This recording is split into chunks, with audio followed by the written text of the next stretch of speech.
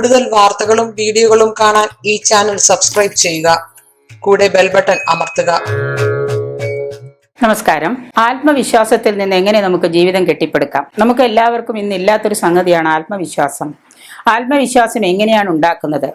ആത്മാവുള്ളവനെ ആത്മവിശ്വാസം ഉണ്ടാകുള്ളൂ. സ്വയം നമ്മളെ വിശ്വസിക്കാൻ പഠിക്കുക, ആത്മാവിനെ വിശ്വസിക്കാൻ പഠിക്കുക. നമ്മളെല്ലാവരും പേഴ്സണാലിറ്റി ടെസ്റ്റ് ഇതിന് പോകാറുണ്ട്. ഒരു ഇന്റർവ്യൂവിന് പോകുമ്പോൾ എല്ലാവരും പറയാറുണ്ട്, എനിക്ക് പേഴ്സണാലിറ്റി ടെസ്റ്റ് ഇല്ല, പേഴ്സണാലിറ്റി ടെസ്റ്റിന് പോകണം. ഒരു പേഴ്സണാലിറ്റി ടെസ്റ്റൊക്കെ അപ്പിയർ ചെയ്ത് നമ്മൾ വ്യക്തിത്വമൊക്കെ കൂട്ടി അതിന് പകരം മോട്ടിവേഷൻ ക്ലാസ്സിനൊക്കെ എല്ലാവരും പോകും. പക്ഷെ എങ്ങനെയാണ് ഈ മോട്ടിവേഷൻ ക്ലാസ്സിനൊക്കെ പോയാലും ഒരു ഇന്റർവ്യൂ ബോർഡിൽ ചെന്ന് നിൽക്കുമ്പോൾ നമുക്ക് ആത്മവിശ്വാസം ഇല്ലായ്മ കൊണ്ട് നമ്മുടെ ആത്മാവ് ചോർന്നു പോകുന്നത് കൊണ്ട് നമുക്ക് ചിലർ പറയും, എനിക്ക് അവിടെ ചെന്ന് നിന്നപ്പോൾ എൻ്റെ എല്ലാം ഇല്ലാതെയായി പോയ പോലെ തോന്നി. എന്താണ് ഈ ആത്മാവ്? എന്താണ് വിശ്വാസം? സ്വയം നമ്മൾ നമ്മളെ വിശ്വസിക്കുമ്പോൾ നമുക്ക് ആത്മവിശ്വാസം ഉണ്ടാക്കുന്നു. നമ്മുടെ ആത്മാവിൽ എന്താണെന്ന് നമ്മൾ സ്വയം ഒരു രൂപരേഖ ഉണ്ടാക്കി ഫ്രെയിം ചെയ്ത് വെക്കുക. നമ്മളാണെന്നുള്ള രൂപരേഖ ഉണ്ടാക്കി ഫ്രെയിം ചെയ്ത് വെക്കുക. എത്ര വലിയ പഠിപ്പിലേക്ക് എത്തിക്കഴിഞ്ഞാലും ആ ആത്മവിശ്വാസം ചോർന്നു പോവാതെ നമ്മൾ നോക്കുക. അതായത് പോയ കാലങ്ങളിലെ മഹാന്മാർ പലരും രഹസ്യത്തിന്റെ സുപ്രധാനമായ ഒരു ഭാഗം പങ്കുവെച്ചപ്പോൾ പറഞ്ഞിട്ടുണ്ട്, നിങ്ങളിൽ എല്ലാവരും ആത്മവിശ്വാസമുള്ളവരും സ്വയം വിശ്വസിക്കുന്നവരും സ്വയം വിശ്വാസമുള്ളവരും ആയിരിക്കണം. ജീവിച്ചിരിക്കാൻ ഇതിലും നല്ലൊരു സമയം നിങ്ങൾക്ക് ഇനി കിട്ടില്ല. ഏറ്റവും ശ്രേഷ്ഠമായ ഒരു കാര്യമാണ് നമ്മുടെ മനുഷ്യ ജീവിതം. നമ്മൾ ഭൂമിയിൽ ജനിച്ചു, മനുഷ്യനായി പിറന്നു എന്നുള്ളത് ഏറ്റവും ശ്രേഷ്ഠകരമായ ഒരു കാര്യമാണ്. നമുക്ക് ആർക്കും സാധിക്കാത്ത, പലർക്കും സാധിക്കാത്തൊരു കാര്യമാണ് നമുക്ക് കിട്ടിയിരിക്കുന്നത്. നമ്മൾ പശുവായിട്ടോ പട്ടിയായിട്ടോ ആടായിട്ടോ പുഷ്പമായിട്ടോ ഒന്നും നമ്മൾ ജനിച്ചില്ല, മനുഷ്യനായിട്ട് ജനിച്ചു. എന്തിന്? മനുഷ്യനായി ജനിച്ച് നമുക്ക് ഒരുപാട് കാര്യങ്ങൾ ചെയ്യാൻ സാധിക്കും. അതിന് നമുക്ക് ആത്മവിശ്വാസം വേണം. ആത്മവിശ്വാസം ഉള്ളവനെ മനുഷ്യനായി ജനിക്കാൻ സാധിക്കുകയുള്ളൂ. അങ്ങനെ ജനിക്കുമ്പോൾ നമ്മൾ എന്ത് ചെയ്യണം? നമ്മളുടെ ആത്മവിശ്വാസത്തെ പുറത്തേക്ക് കൊണ്ടുവന്ന് ജീവിച്ചിരിക്കാൻ ഇതിലും നല്ലൊരു സമയമില്ലാത്തത് കൊണ്ട് ഈ ആത്മവിശ്വാസത്തെ നമ്മൾ കെട്ടിപ്പടുക്കുക. എന്തായിട്ട് കെട്ടിപ്പടുക്കുക? നമ്മളെന്നൊരു വ്യക്തിയായിട്ട് കെട്ടിപ്പടുക്കുക. ഈ നമ്മളെന്ന വ്യക്തിയെ പിടിച്ചു നിർത്തുന്നത് ആത്മവിശ്വാസമുള്ള. അങ്ങനെ ആത്മവിശ്വാസമുള്ളവർ എന്തായി മാറാൻ കഴിയും? ജീവിതത്തിൽ ഒരുപാട് ഉയർച്ചയിലേക്ക് എത്താൻ സാധിക്കും. ജീവിതത്തിൽ വിജയിച്ചിട്ടുള്ളവരെല്ലാവരും ആത്മവിശ്വാസമുള്ളവരും സ്വന്തം ജീവിതത്തെ വിശ്വസിക്കുന്നവരുമാണ്.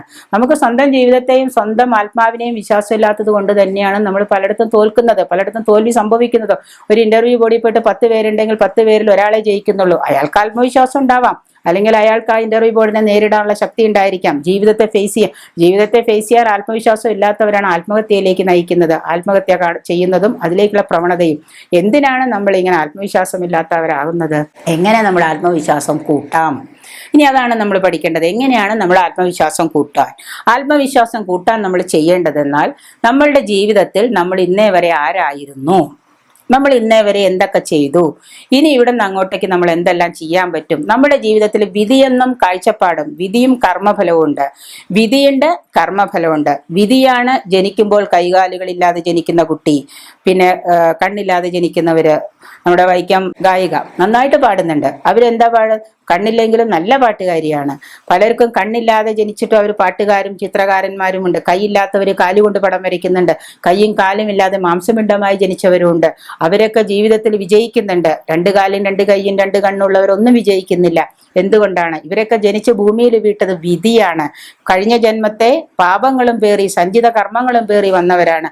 നമ്മുടെ കർമ്മഫലം എന്ന് പറയുന്നത് എന്താണ്? നമ്മുടെ വിധിയും കാഴ്ചപ്പാടും. വിധിയെ നമുക്ക് എന്ത് ചെയ്യാം? കാഴ്ചപ്പാട് കൊണ്ട് മാറ്റാം. വിധി മൂലം നമ്മുടെ സിനിമയിലുള്ള ഗിന്നീസ് പക്രുവിനെ നമുക്കറിയാം.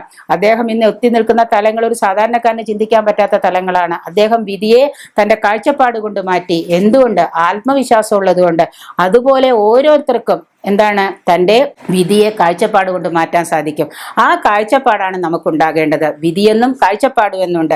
സഞ്ചിത കർമ്മങ്ങളും പേറി ഭൂമിയിലെ കർമ്മഫലത്തോടുകൂടി ജനിക്കുന്ന ഒരു വ്യക്തിക്ക് തൻ്റെ കർമ്മഫലങ്ങളുടെ പാപങ്ങൾ പേറേണ്ടി വരും. അങ്ങനെ പാപങ്ങൾ പേറേണ്ടി വരുന്നൊരവസ്ഥ ഉണ്ടാവാതെ നമ്മളെ വിധിയെ നമ്മൾ കാഴ്ചപ്പാട് കൊണ്ട് മാറ്റണം. ആ കാഴ്ചപ്പാട് എങ്ങനെയാണ് നമ്മൾ ഉണ്ടാക്കേണ്ടത്? നമ്മുടെ ഉള്ളിലേക്ക് ഇറങ്ങിച്ചില്ല, ഉൾക്കാഴ്ചയുള്ളവനാവുക. ഉൾക്കാഴ്ചയുള്ളവനാവുമ്പോൾ നമുക്ക് ആത്മവിശ്വാസം ഉണ്ടാവും, കാഴ്ചപ്പാടുകൾ ഉണ്ടാവും. അങ്ങനെ നമ്മൾ നമ്മുടെ വിധിയെ അങ്ങനെ എനിക്കൊരു സമ്പൂർണ്ണ വ്യക്തിയായി തീരാൻ സാധിക്കും.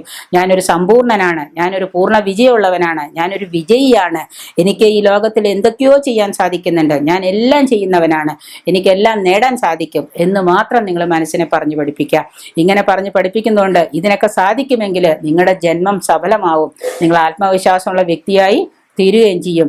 ഇന്നു മുതൽ നിങ്ങളുടെ ചിന്തകൾ ആത്മവിശ്വാസം നേടാൻ വേണ്ടി ആയിരിക്കട്ടെ എന്ന് നിങ്ങളെ ഞാൻ അനുഗ്രഹിക്കുന്നു.